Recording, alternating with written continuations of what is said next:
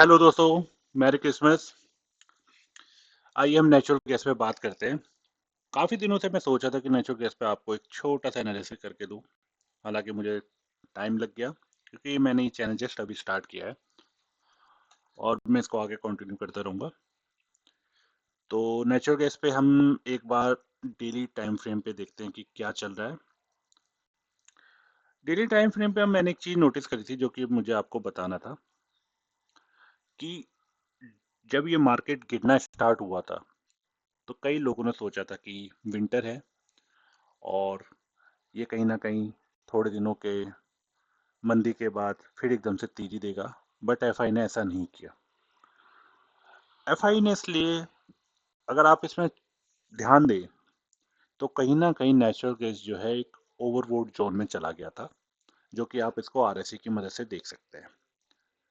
और जब ये गिरना स्टार्ट हुआ तो मैंने एक मार्किंग करी थी कि मुझे एक गैप दिख रहा था जो काफी दिनों से पेंडिंग था। क्या होता है कि मार्केट में जब भी गैप बनता है और जब मार्केट गिरता है तो कहीं ना कहीं उस गैप को फिल करने वापस आता है। तो यहाँ पर कई लोगों ने इसको ध्यान दिया हो और शायद ना भी दिया हो, बट मैंने इसको काफी दिनों से मार्क करके रखा हुआ था क्योंकि गैप जो है 99% हमेशा फिल होते हैं। और आप देखेंगे कि हालांकि लास्ट वीक में नेचुरल गैस ने यूएस मार्केट का जो चार्ट है उस पे सेम लेवल से रिवर्सल दिया है। मैंने इस मार्किंग करी थी जून को, और यहाँ पर आप देखेंगे करीब 22 दिसंबर को, मंडे को, इसने सेम पॉइंट से ही रिवर्सल देना स्टार्ट किया। हालांकि कई लोग इसको बोलेंगे कि ये आपने इसको पहले क्यों नहीं बताया। तो देखिए, मार्केट जो है एक प्रोबेबिलिटी का सिनेरियो होता है। आप उस पर एक एनालिसिस कर सकते हैं, आप अपना उस पर एक व्यू रख सकते हैं, बट उस व्यू पे ही अगर मार्केट जाए ऐसा नहीं होता। तो ये एक मेरा व्यू था, मैंने इसको मार्क किया था और उस जोन को इसने रिस्पेक्ट किया। और कहीं ना कहीं इसका आरआईसी भी जो है वो आपका लगभग 30 के आसपास आ ही गया था। तो जिस कारण से ये आपका एक रिवर्सल पैटर्न देखने को मिला है। अगर आप इसको इंडियन चार्ट पे देखेंगे तो मार्केट में जो है आप यहाँ पर देखेंगे कि 332 के लेवल से इसने रिवर्स किया है। ठीक है। और इंडियन मार्केट में कहीं ना कहीं अभी भी गैप दिख रहा है।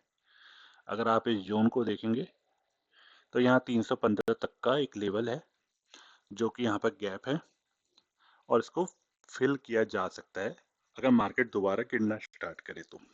बट मुझे ऐसा लगता नहीं है कि मार्केट दोबारा गिरेगी, क्योंकि यूएस में विंटर है और अभी 1-2 महीने विंटर अच्छा रहेगा। तो डिमांड भी ऑलरेडी एक अपने ओवरबोट जोन से जो है काफ़ी टूटा है। तो अब यहाँ पर हमें जो है इसको आगे आने वाले कुछ दिनों में अच्छी बाइंग देखने को मिलेगी।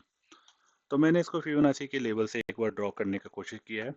तो आगे आने वाले दिनों में अगर ये कहाँ तक और हमें अच्छा मूव दे सकता है, तो देखिए यहाँ पर जो है गोल्डन जोन जो है 0.5 और 0.6 का जो लेवल है वो कहीं ना कहीं 418 से 438 के बीच का दिख रहा है। या तो मार्केट यहाँ पर ही आपको एक अच्छा सा जोन देगा और उसके बाद जो है अच्छा सा जो है आपको एक रिवर्सल पैटर्न देखने को मिल सकता है। अगर ये रिवर्सल पैटर्न देखने को मिलेगा तो कहीं ना कहीं मुझे जो है यहाँ पर गैप फिल करने को वापस आ सकता है। तो आगे आने वाले दिनों में देखते हैं कि इसमें क्या हो सकता है। अब हम चलते हैं सिल्वर की तरफ। सिल्वर के लिए मैं आपको अगेन यूएस मार्केट में ले जाता हूँ, जहाँ पर कल इसने बहुत ही अच्छा एक मूवमेंट दिया था मुझे।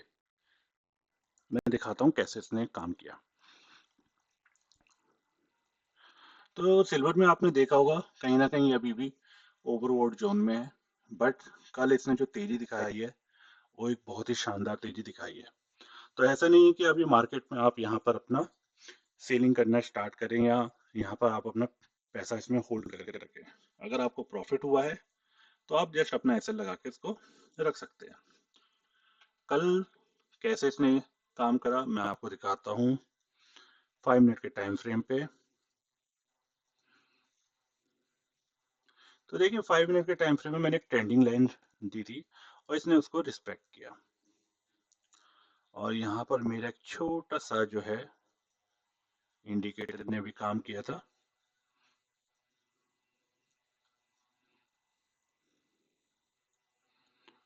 ठीक है, यहाँ पर मेरा जो है इंडिकेटर ने मुझे यहाँ पर लॉन्ग करके दिखाया था, तो मैंने यहाँ पर लॉन्ग किया था। अब मैं इसको आपको इंडियन मार्केट के हिसाब से दिखाता हूँ कि कैसे इसने रिस्पेक्ट किया है मेरे लेवल को। मैं ऐसा इसलिए कह रहा हूँ क्योंकि कल मैंने नोटिस किया था कि जब अनएम्प्लॉयमेंट का डाटा आया तो उसके कुछ देर तक तो मार्केट ने अपना एक फेक जो है बाइंग जोन दिखाया, उसके बाद सडनली इसने गिरना स्टार्ट किया। आप यहाँ देखेंगे करीब करीब 8 बजे के करीब जो है इसने यहाँ पर अपना बाइंग दिखाया। फिर जैसे ही गिरता रहा इंस्टीट्यूशन बाइंग जोन पे आया, मेरे एक लेवल पे आया और उसके बाद ये ओवर बॉट हो गया था, सॉरी ओवरबोट बोल रहा हूँ, ओवर सेल हो गया था। उसके बाद इसने अपनी रफ्तार जो पकड़ी है वो कहीं ना कहीं आपको जो देखने को मिलेगी, मुझे लगता है 5-5.5 हज़ार का जो है इसने अपसाइड की तरफ रफ्तार पकड़ी है। अगर आपने लोगों ने इसको अगर बॉटम से इसको खरीदा होगा तो कहीं ना कहीं अच्छा पैसा दिया मिला होगा। इसी तरह के गोल्ड में भी अगर आप देखें, गोल्ड में भी सेम चीज है, सेम लेवल से इसने, क्योंकि गोल्ड और सिल्वर साथ ही चलते हैं, ऐसा कोई खास इसमें अपोजिट रिएक्शन नहीं होता है। तो आप देखेंगे सेम चीज, सेम पैटर्न फॉलो किया है इसने। और आगे आने वाले दिनों में अगर आप इसको देखेंगे कि क्या ये और बाइंग करने के तरफ जा सकता है, तो देखिए अभी ये ओवरबोट जोन में है और ओवरबोट जोन हमेशा एक रिस्की जोन होता है। तो कोशिश कीजिए कि आप इसका थोड़ा सा रिट्रेसमेंट लेने दें। मैं ये नहीं कहूंगा कि इसके ऊपर नहीं जा सकता है, बट अगेन वही रिस्की पैटर्न्स, हम इंडियन के लिए तो वही रिस्की पैटर्न्स हो जाता है कि अगर हम ज्यादा इसमें पैसा लगाते तो हमें डर लगा रहता है कि कल को क्या होगा। तो हम ऐसी चीज पे ना ही जाएं तो बेटर है। इससे बेटर है कि हम स्टॉक्स पे चले जाएं और अच्छे स्टॉक्स को लेके उसमें इन्वेस्ट करें। चलिए क्रूड की बात करते हैं कि क्रूड में कैसा रहेगा। तो क्रूड में अगर आप नोटिस करेंगे तो क्रूज के डेली टाइम फ्रेम पे अगर आप देखेंगे तो कहीं ना कहीं ये जो है मैंने मार्किंग की हुई है, इसको मैं थोड़ा सा हटा देता हूँ लाइन्स को।